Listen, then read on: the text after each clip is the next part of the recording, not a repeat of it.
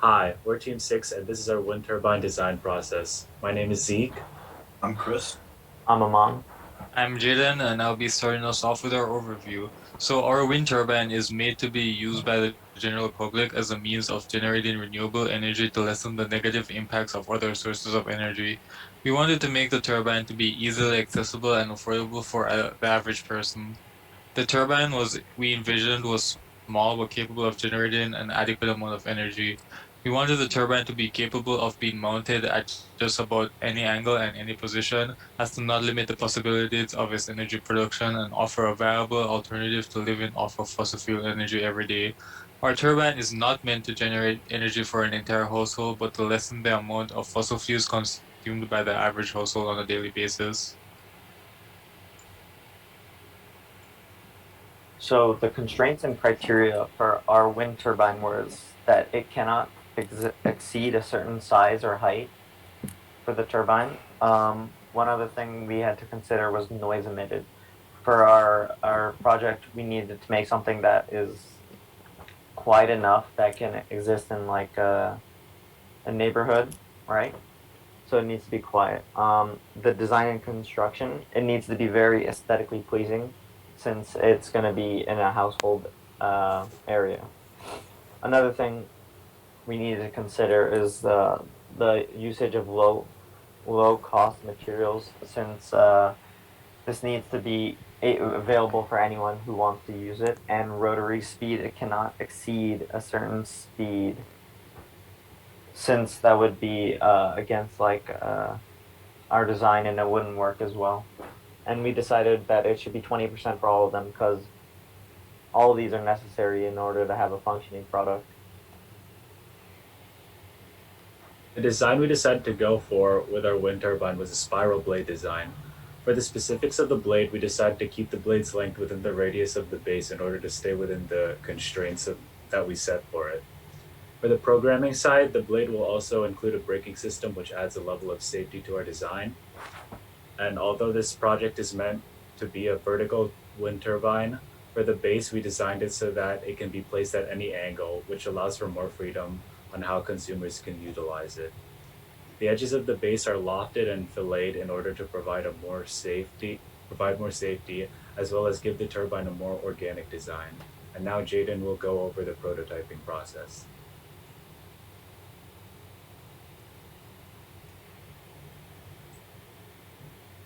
You're muted. Oh, my bad. So for our prototype, we used the same materials as was provided to us by the school. We used the metal wiring to form a spiral shape and cut the foam into diamond shapes and tape them onto the wiring. This allows for the turbine to catch wind and spin and provide a aesthetically pleasing look.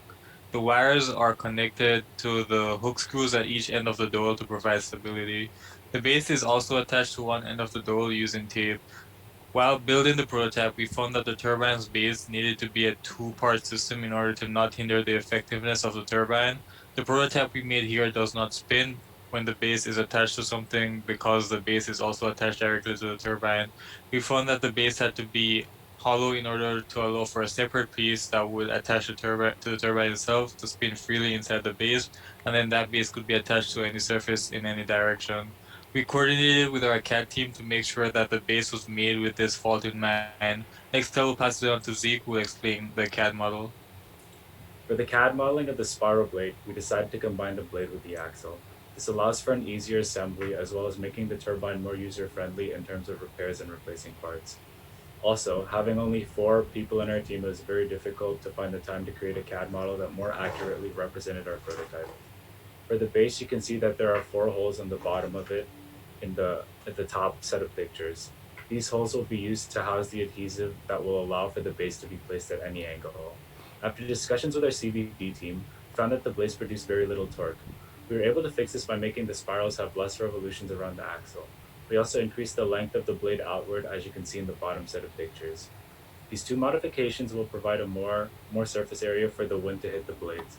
These changes provided more surface area for the wind to hit the blade after testing, and it was successful in increasing the torque of the blade. Now Chris will explain the CVD process. Okay, for CFD testing, the sub-team ran a series of flow simulations to find the blade velocity, torque, and force output.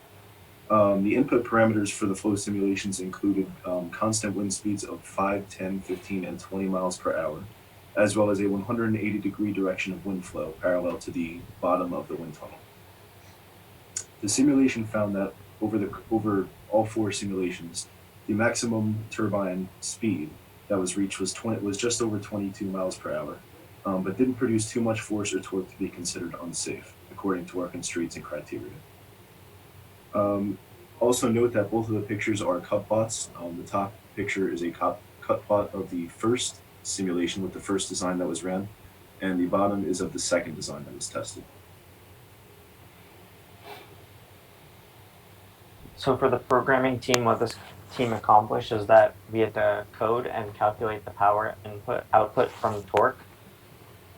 So basically, that looks like we just had to get the different torque values from the CFD team, and we just inputted that and automatically calculated that. And we also had to create a graph of the wind speed versus power, so we can calculate the power at different speeds and see how the gradual increase at different speeds and see what is best for our product. We also had to calculate the torque using multiple angles, 360 degrees of angles, and we had to see how the torques are different depending on the angle of the wind.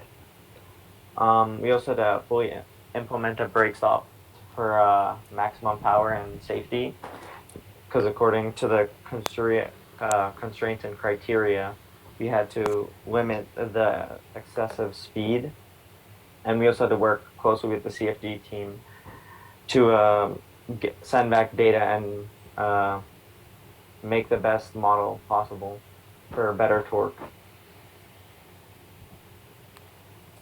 Okay, so in conclusion, improvements that were made from the first series of tests to the second series of tests include an increased torque value.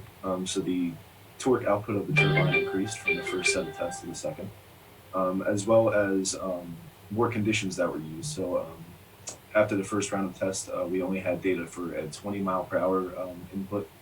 But after the second round of tests, we had 5, 10, and 15 mile per hour winds, as well as 20.